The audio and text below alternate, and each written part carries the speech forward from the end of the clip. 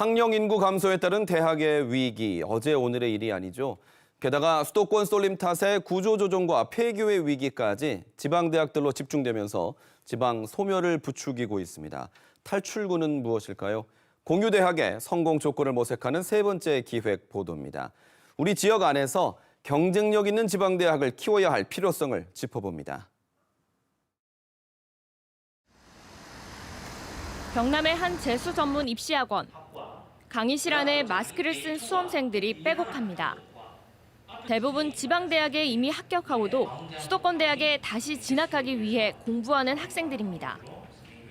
여름방학과 휴가철이 겹치는 8월 초, 모두가 쉬어가는 시간이라지만 이곳 수험생들에겐 딴 세상 이야기입니다. 행정병 보직을 수행하게 되었었는데 그때 선임분들이 다 명문대 출신이었고 저는 처음으로 그 대학 하나 때문에 제가 작아진다는 거를 처음 느껴봤기 때문에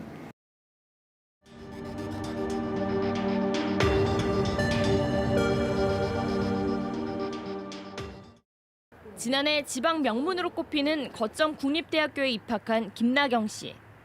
1년 반 넘게 다니던 학교를 휴학한 뒤 지난달부터 수능 시험을 준비하고 있습니다. 지방 거점 국립대보다 수도권 대학이 취업에 훨씬 더 경쟁력 있다고 판단했기 때문입니다. 공기업이나 공무원 쪽으로 취업에 약간 좀 폭이 제한될 수 있다는 점, 그리고 수도권 지역에 있는 학생들에 비해서 뭔가 다른 대학 간의 교류라든지 문화시설이라든지 이런 좀 교육에서 인프라 면에서 조금 부족한 점이 있다는 점, 이런 곳에서 느꼈어요. 지방대 기피는 갈수록 심해지고 있습니다. 올해 전체 대학의 신입생 충원율은 91.4%. 정원 대비 4만 586명이 충원되지 않은 건데 미충원 인원의 75%가 비수도권 대학이었습니다. 특히 경남은 전국에서 가장 낮은 85%의 충원율을 기록했습니다. 진주의 유일한 사립 4년제 대학인 한국국제대학교. 채용 비리에 교비 횡령 의혹까지 불거지면서 재정지원 제한대학에 분류됐습니다. 신입생 충원율은 32.5%까지 떨어졌습니다.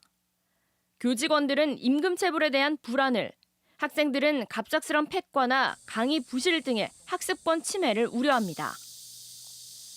학생들이 충원율도 떨어지고 하다 보면은 이제 학교의 자산이라든지 이런 문제들이 발생이 되고 거기에 대해서 교직원들이나 이제 직원분들 임금도 이제 좀 떨어지는 부분이고 시설 부분에서도 보수공사라든지 잘 운행되지 않고 있습니다.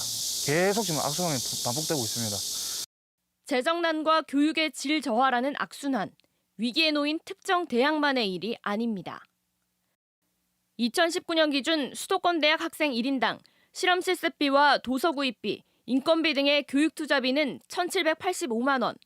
반면 비수도권 대학 학생은 1,427만 원으로 300만 원 넘게 적었습니다.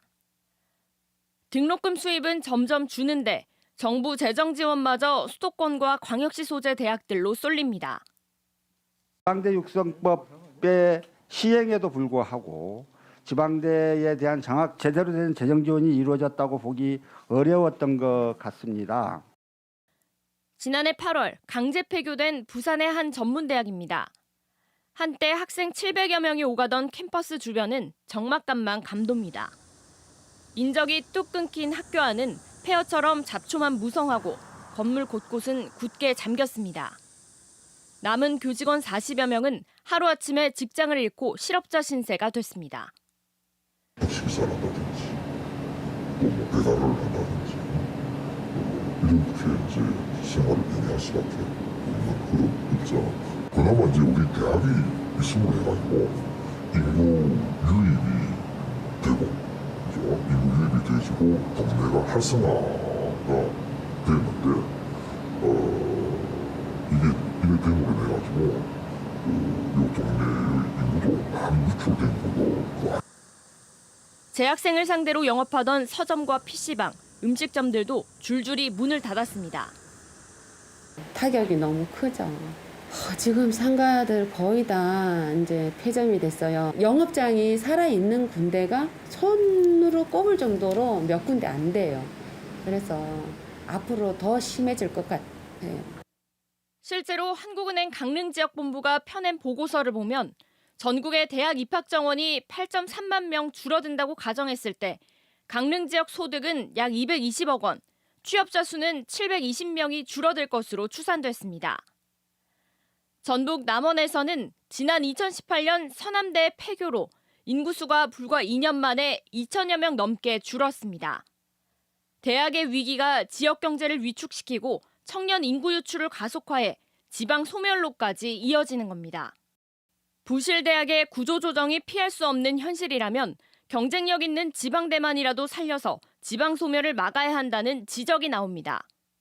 대한민국 전체의 균형적인 발전을 도모한다고 하면은 정책적으로 어느 정도는 그 지역에 있는 모든 대학을 일괄적으로 다 살릴 수는 없지만은 그 지역의 특색에 맞는 분야에 대해서는 국가 전체적인 차원에서 조금 특별한 정책적인 지원을 해야 된다라고 보고 있습니다.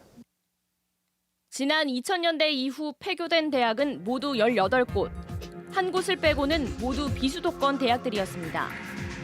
지방대 위기가 지방 소멸로 이어지지 않도록 대학은 물론 정부와 자치단체, 지역사회 모두의 고민이 필요합니다.